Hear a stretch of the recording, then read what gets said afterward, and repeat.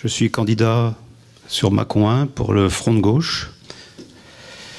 Et je voudrais faire quelques remarques sur les ressources dont dispose le conseil départemental pour mener à bien sa politique.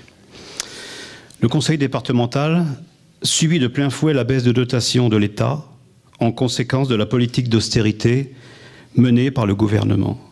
Cette politique d'austérité, menée successivement par les partis de droite puis par le PS, nous la condamnons. Elles mettent les collectivités locales en grande difficulté.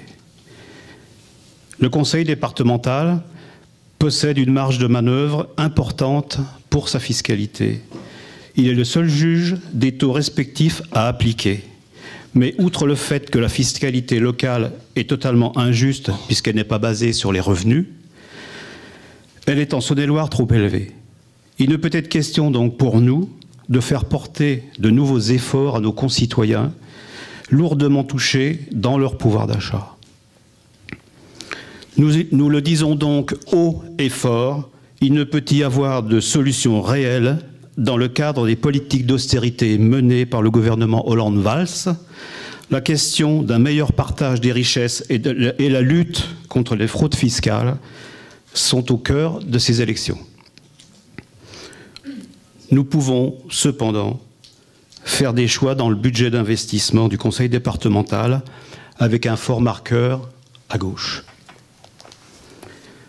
Tout d'abord, nous conduirons une politique économique qui conforte l'emploi local, donne une place à chacun et relève le défi écologique. Nous soutiendrons l'économie sociale et solidaire, qui est un modèle économique humain et créateur d'emplois non délocalisables. Il représente actuellement 10% du PIB en France et près de 10% des emplois. Nous favoriserons également l'insertion par l'activité économique. Cette tâche, à Mâcon par exemple, elle est conduite par les Jardins de Cocagne, la Relance, la Régie de quartier et le Pont. Et à Mâcon, cela concerne une centaine de personnes. Ceci permet l'insertion en douceur dans le monde du travail de personnes en difficulté, ainsi que la formation et la remise à niveau des acquis.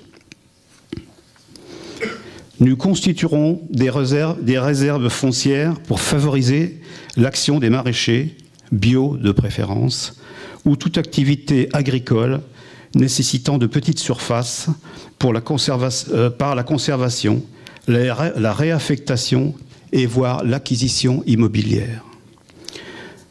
Nous exonérerons également de la part départementale la taxe sur le foncier non bâti des exploitations bio. Donc cette mesure est une mesure d'encouragement et qui est vraiment symbolique. Nous mettrons également en place l'organisation ou le renforcement de la mise en réseau des PME locales exerçant des activités tout à fait différentes pour créer une synergie et ou une complémentarité entre leurs activités. Par exemple, graphistes et agriculteurs, l'agriculteur voulant monter un site pour vendre ses produits par Internet, ce genre de prestations qui n'existent pas à l'heure actuelle. Nous renforcerons donc aussi la coopération avec les communautés de communes, une chose qui ne se fait pas beaucoup.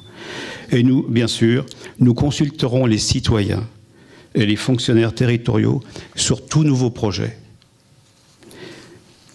Nous en finirons donc définitivement avec ces projets qui redirigent l'argent public vers de grands groupes financiers comme Pierre et Vacances, avec le fameux projet du Rousset, ou bien avec Amazon, avec ses méga-zones d'exploitation, exploitation aussi du personnel. Et c'est bien un projet citoyen, solidaire et écologique que nous mettrons en place avec vous et pour vous.